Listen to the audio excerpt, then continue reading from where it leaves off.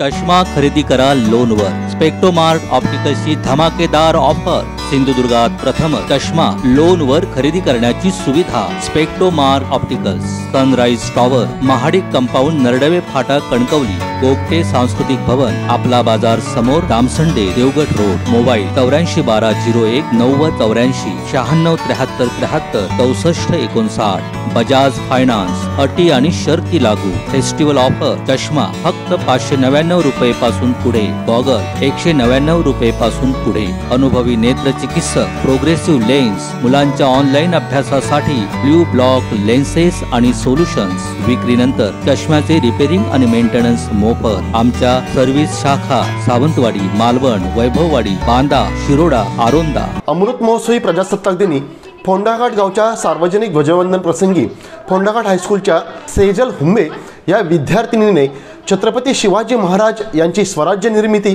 ते अगदी स्वतंत्र भारताच्या प्रजासत्ताकच्या वाटचालीचा आजवरचा प्रवास आपल्या भाषणातून प्रखर, धाडसी आणि ओघवत्या निर्भीड शैलीत व्यक्त केला।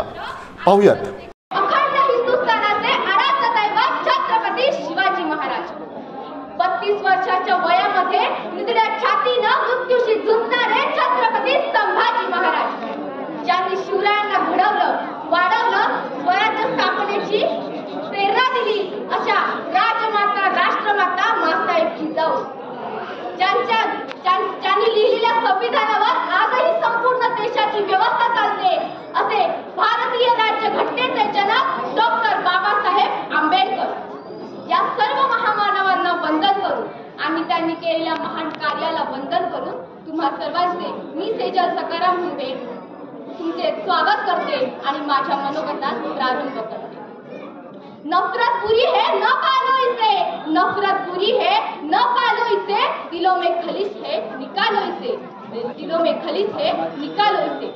न तेरा न तेरा न मेरा, न इसका न उसका, ये सबका वतन है संभालो इसे, ये सबका वतन है संभालो इसे। नमस्कार। सर्वप्रथम तुम्हा सर्वांना प्रजासत्ताक दिनाच्या हार्दिक हार्दिक शुभेच्छा।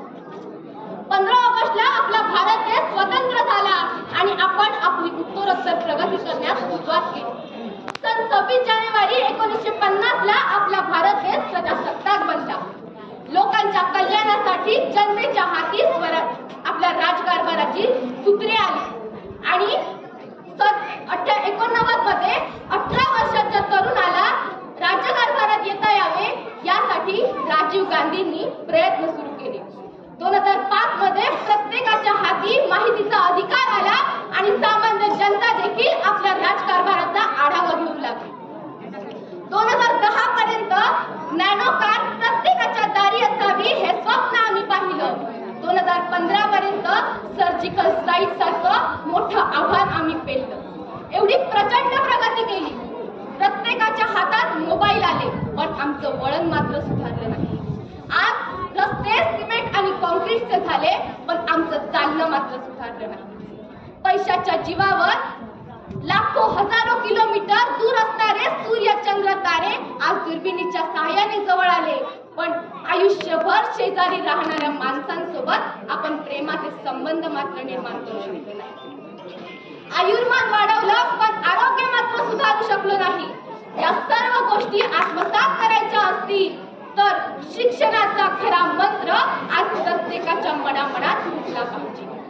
मंजिलें उन्हीं को मिलती है, मंजिलें उन्हीं को मिलती है जिसके सपनों में जान होती है, मंजिलें उन्हीं को मिलती है जिसके सपनों में जान होती है। सिर्फ पंख होने से कुछ नहीं होता, सिर्फ पंख होने से कुछ नहीं होता, घोंसले से उड्डाण करनी होती है, घोंसले से उड्डाण करनी होती है।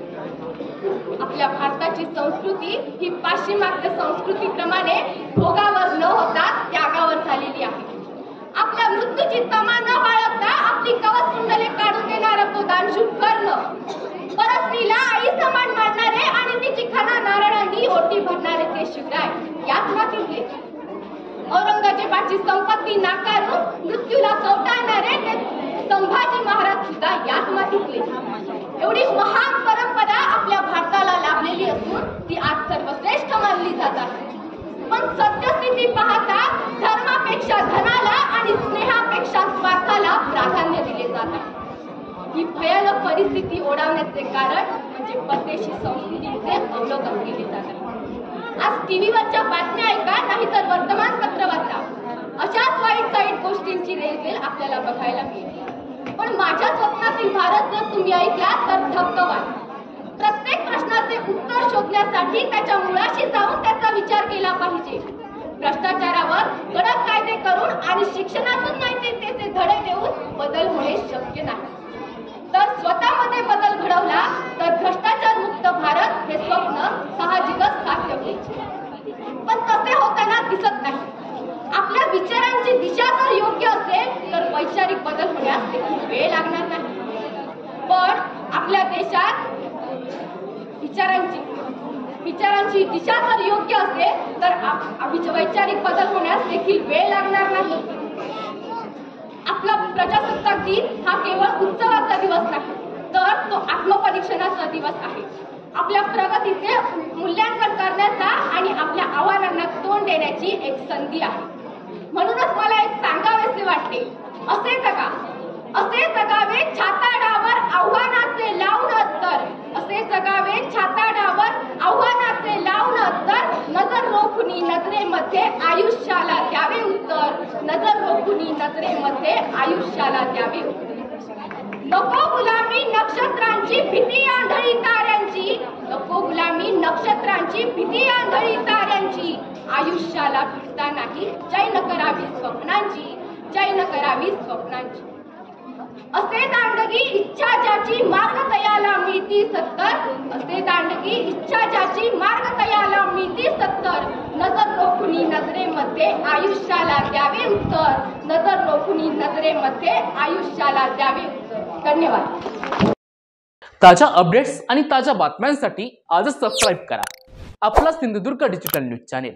लाईक करा, शेअर करा, कमेंट करा आणि महत्त्वाचं म्हणजे बेल आयकॉनला क्लिक करायला विसरू नका।